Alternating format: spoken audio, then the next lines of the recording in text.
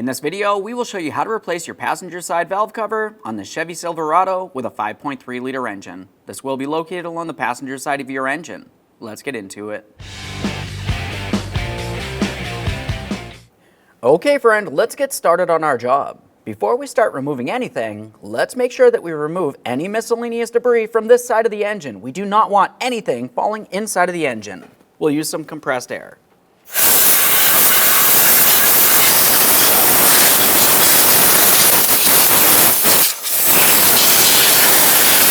Now after cleaning that, we're going to have to remove several things that run along the top of the valve cover so we can remove it. We'll start with our coolant hoses making their way across this area. They're held in place to a bracket. For these, it's very simple. Just go ahead and take hold of them and lift them up and out of place. You can set those aside temporarily. Now we'll start paying attention to some wiring harnesses here. We're going to follow this one that leads to the throttle body down along the valve cover, and we're going to separate it at its mounting point here. For this, I'm just going to use a small pocket screwdriver for this tab. Just make your way in between, separate it. You can set that off to the side as well. Continuing with wiring harnesses, we're moving a little bit further rearward on the valve cover. We're going to find a large electrical connector here. It has a blue locking tab. Typically, you can just take hold of that and pull that out of place. Just a quick inspection of that locking tab. If it did break, you can use a wire tie in this area. Now we're going to take hold of this area. You should be able to lift this up a little bit and slide this out of place. A quick inspection every time you disconnect an electrical connector for corrosion. This one looks fine. We'll set it aside. Now we're making our way a little bit further rearward here. If you were following the wiring harness that we had dislodged earlier, you're going to find another plastic securing point. We're using our pocket screwdriver to separate this, just like before. There we are. Now let's start dislodging each one of our 4 spark plug wires from their corresponding ignition coils. They lead directly up to them. So let's just go ahead and take hold of the spark plug wire. You want to give it a twist, separating it from that ignition coil, and you should be able to pull it down and off of position. A quick inspection for corrosion or damage, of course. This one looks fine. We'll continue down the line. Make our way rearward for our next two. This one's in between the bracket here for our oil dipstick. Last one all the way along the backside there. Now we're going to start removing the entire ignition coil bracket with the ignition coil still attached to it. For this, you're going to find that you have 5 pieces of mounting hardware. We have one in the front corner, and then they make their way rearward. Use our 10mm. We're going to loosen this one first.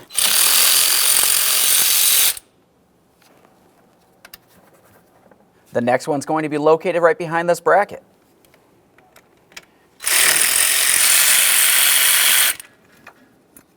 I'll grab that in a second. We can remove this bracket. We'll set that aside. With the bracket out of the way, we can start removing our 10mm headed mounting stud there.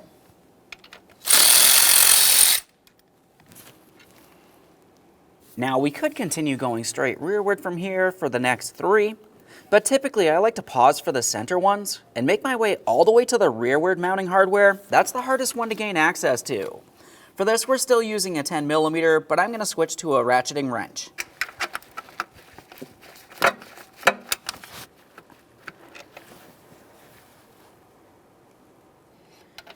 Now we'll move forward for our next one.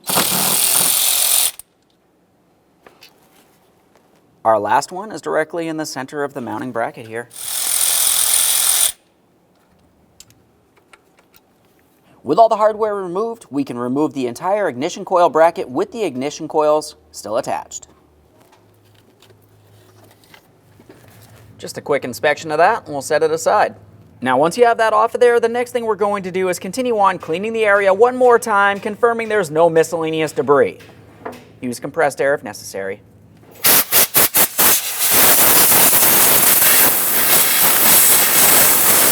Let's look just behind where the oil filler neck is. You're going to find that you have a small rubber hose leading to the valve cover.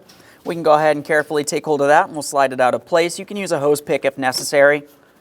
Just a quick inspection of that hose, confirming it's still in good usable order, and we can set that aside. Now we can start removing our last 4 pieces of mounting hardware holding the valve cover in place. You're going to find that you have 4 8mm headed mounting bolts making their way down the valve cover, holding it to the engine. Go ahead and remove all 4 of these. Now for these, typically they are held in place to the rubber grommet, which is pressed into the valve cover. Now, since we're replacing the hardware and the valve cover at the same time, we do not need to fully remove these from the valve cover. Let's continue down the line.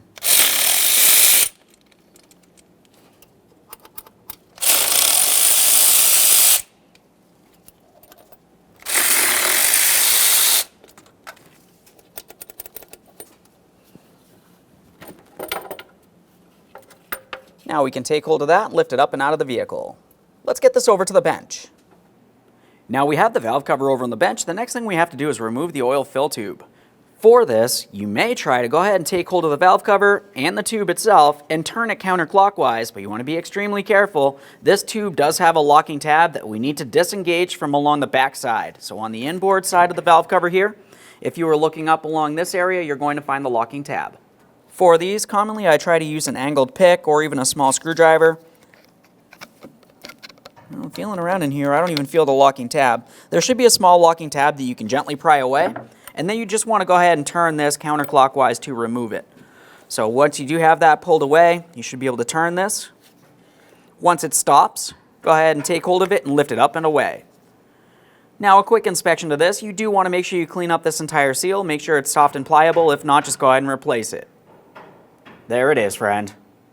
Okay, let's get ready to install our brand new passenger side valve cover. We're going to start with the oil fill. For this, we're going to start by lining it up, pressing it down, turning it clockwise until it completely stops and latches in. You should hear that locking tab latch in. After that, try attempting to turn it counterclockwise to remove it. It should not be able to spin counterclockwise, assuming it's locked in. Now that we have the valve cover turned over, we're going to start installing our gasket. The first thing we want to pay attention to is on the gasket itself, you can see that there's 3 little bumps that protrude out. And if you were looking at the valve cover, you can see that also has the 3 bumps. One more thing we're going to focus on the gasket is if you were looking along the top area closest to me here, there's a whole bunch of tabs on the gasket itself. Those areas are supposed to get pressed up into the valve cover, so you want to make sure you have this in the proper orientation. Let's go ahead and start aligning this and we'll press it in. We're starting with the areas with those 3 bumps first. We'll just gently press it in. Once everything's properly seated, we can make our way back around just to double check. Now I've got it aligned. Let's go ahead and press it in all the way around. Let's get this over to the vehicle.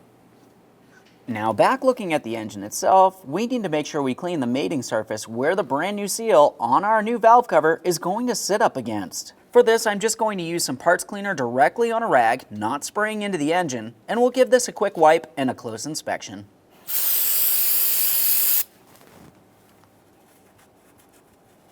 Just going to make my way all the way around this. As we push things out, we want to be pushing them out and away from the engine, not necessarily into the engine, obviously. That can cause damage. If you need to, you could use a scraper in this area.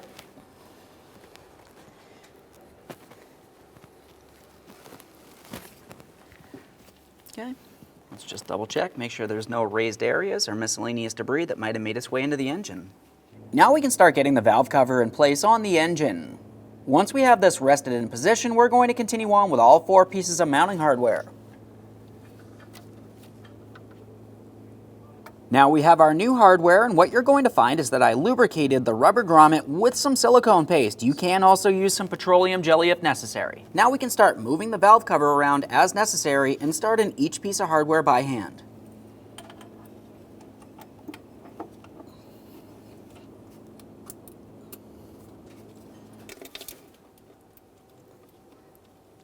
Now that they're all started in by hand, we can snug these up. The torque for each of these is 106 inch-pounds. When tightening this, we're going to start with the middle 2 pieces of mounting hardware and make our way to the outer edges.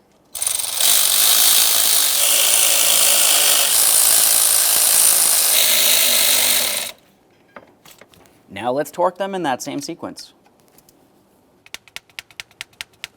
There's one. Get that last one all the way towards the back side there. Now we have our hose that's going to lead to that valve cover. Just go ahead and line it up, press it on there as far as possible. Give it a wiggle, make sure it's properly secured. If it is loose, you can use a wire tie if necessary. Now we can install the ignition coil bracket with the ignition coils. Once we have it in position, go ahead and start on all the hardware, snug it up. The torque for this is 106 inch-pounds as well.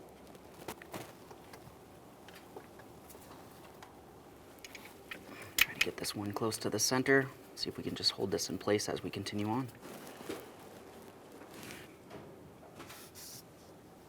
Let's get this one in here.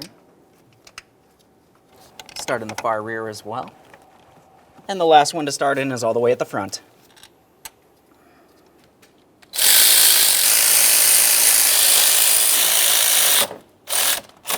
Let's get the far rear one now. I'm using my ratcheting wrench just like before.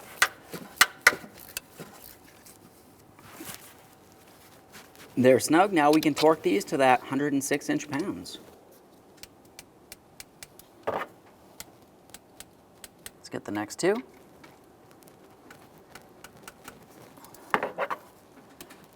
You would want to continue on to the far rear piece of mounting hardware. If you have a hard time getting a torque wrench in here, just continue on with your wrench and make sure it's snug.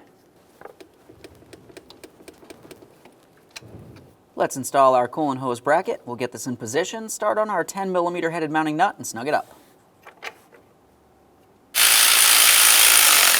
Make sure that's tight.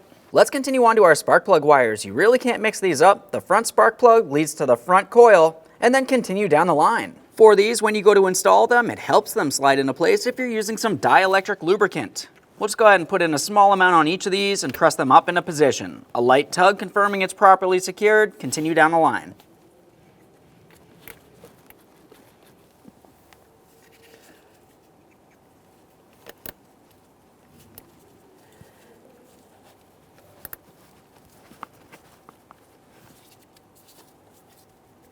Now let's move just above those ignition coils. We have to reattach our wiring harness. So we're going to make sure that we have it in the proper placement, and then we'll lock it down with plastic clips here. Just go ahead and rest it right in there, and then we'll press it in. Listen for a click, double check, make sure it's secure. Let's get this next one.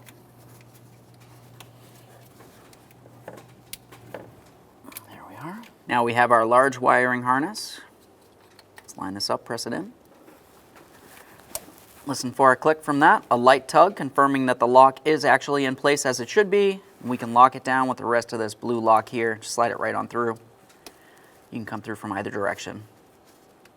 It's time to secure our coolant hoses next. Those are going to go right into our bracket that we installed. Go ahead and line them up, press them into position. Double check, make sure they're secured. If they fall out of place fairly easily, you can use some wire ties. You don't want these dangling around where they could get damaged. Okay, friend, we finished the installation of our passenger side valve cover.